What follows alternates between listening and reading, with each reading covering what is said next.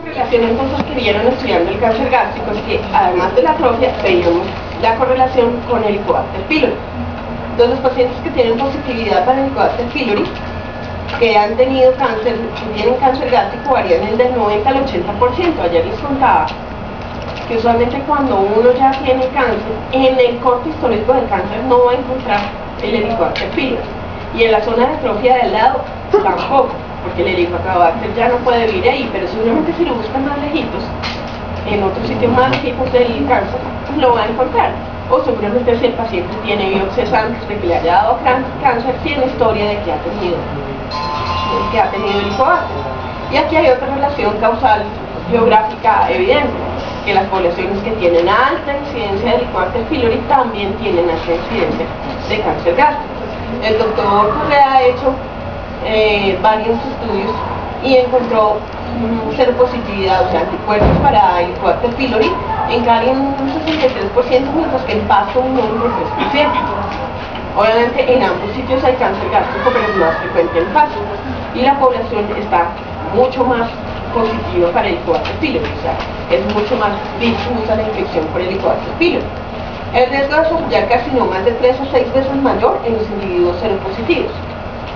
O sea, el que tiene anticuerpos, el que ha tenido Helicobacter pylori, tiene mayor riesgo de hacer carcinoma al que nunca ha tenido Helicobacter pylori. Y el riesgo es 6 veces mayor que la población general en las poblaciones que tienen un 100% de infección. Porque eso también tiene que ver con lo que ayer me preguntaban, que si uno se puede reinfectar. Claro que sí. Y de hecho eso pasa con relativa frecuencia. Uno da tratamiento, dan los antibióticos y puede pasar dos cosas: que el paciente se sienta mejor y no se acabe los antibióticos, entonces no hay una reinfección de verdad, sino que hace resistencia antibiótica y vuelve y sale el mismo Helicobacter y a la siguiente vez ya no le sirve el mismo antibiótico, o puede hacer una reinfección, que es bastante frecuente. La hipótesis de el Helicobacter pylori en la patogenia del carcinoma gástrico. Entonces, la idea es cómo hace el Helicobacter para activar el cáncer. Aquí recuerden que aquí en este momento estamos dando un paso que se dio hace relativamente poco. Hasta el siglo pasado se tenía muy en claro que la patología tumoral era una cosa y la patología infecciosa era otra completamente diferente. Y el primero en desvirtuar esa teoría fue el estudio del carcinoma de cervix, cuando se dieron cuenta de la relación causal entre el virus del papiloma humano con el cáncer de cervix. Entonces es un agente infeccioso que da cáncer. Eso fue un cambio en la mentalidad médica importantísimo. Después vieron el Epstein-Barr también relacionado con linfomas, y después vieron el Helicobacter con la patología gástrica, inicialmente como agente de la gastritis, pero después se dieron cuenta que tiene que ver con el cáncer. Entonces lo que hablábamos de la estimulación continuada de la replicación celular epitelial y liberación continuada de radicales libres y óxido nitroso. Recuerden que estos son citotóxicos, los radicales libres y el óxido nitroso. Dañan las células, matan las células, y no solamente las matan, son genotóxicos, dañan el ADN. Y el daño continuado de la barrera mucosa con exposición a carcinógenos. Acuérdense que al dañarse el moco, no solamente la célula viene en contacto con el ácido, sino también con un montón de cosas que vienen con la comida que normalmente no la tocan porque tiene su barrera mucosa. Entonces se comienza a exponer a carcinógenos que en condiciones normales no tendrían contacto. Y la disminución de los niveles de ácido ascórbico en el jugo gástrico. El ácido ascórbico es protector. Entonces disminuyen los niveles del protector del ácido ascórbico y aumentan los niveles de todo lo demás, de los carcinógenos, aumentan los radicales libres, aumentan la inflamación, el daño celular. Y entonces aquí tenemos un dibujito de eso. El Helicobacter, la inflamación, entonces el daño a las células directo por el Helicobacter y por la inflamación, y esto se traslada en alteración del material genético con mutaciones ya que van a generar cáncer. Entonces,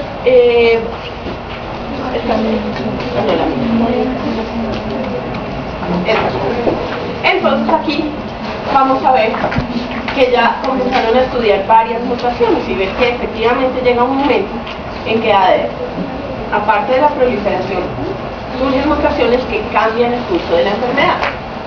Entonces, ¿mutaciones de qué tipo? Mutaciones de P53, que tal vez ustedes primeras se producen cuando hay displasia. Ya cuando hay displasia de apoyado, vemos mutaciones del P53. Después va a haber sobreexpresión de MEM, metilaciones de varios tipos, mutación del ER2. El ER2 es un factor de crecimiento epitelial de regulación del ciclo celular. Es más conocido porque cáncer. ¿Lo han visto en los periódicos? Por el cáncer de seno. ¿Por qué? Porque es que este es el subtipo de cáncer de seno que expresa ER2. Es un subtipo específico de cáncer que antes les iba muy mal, pero ahora hay una droga anti-ER2, se llama Herceptin. Entonces a esos pacientes que antes ninguna quimio les hacía, tienen ya una quimio específica para esas mutaciones, entonces les va mucho mejor. El problema es que obviamente es caro y sale carísimo el tratamiento, pero ya lo cubren todas las EPS y todo. El ER2 no es limitado únicamente a seno, también lo vemos en carcinoma gástrico. Y hay otras mutaciones un poco menos frecuentes. Entonces este sería más o menos como la secuencia de enfermedad.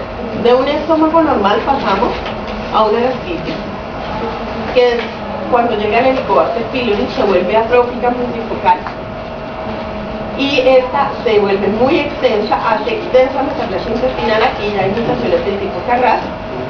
Esta metaplasia hace displasia y hace mutaciones en P53, y después hay más metilaciones y más mutaciones y desarrolla cáncer. Este está en el libro de ustedes, que es la secuencia del monito de la misma secuencia.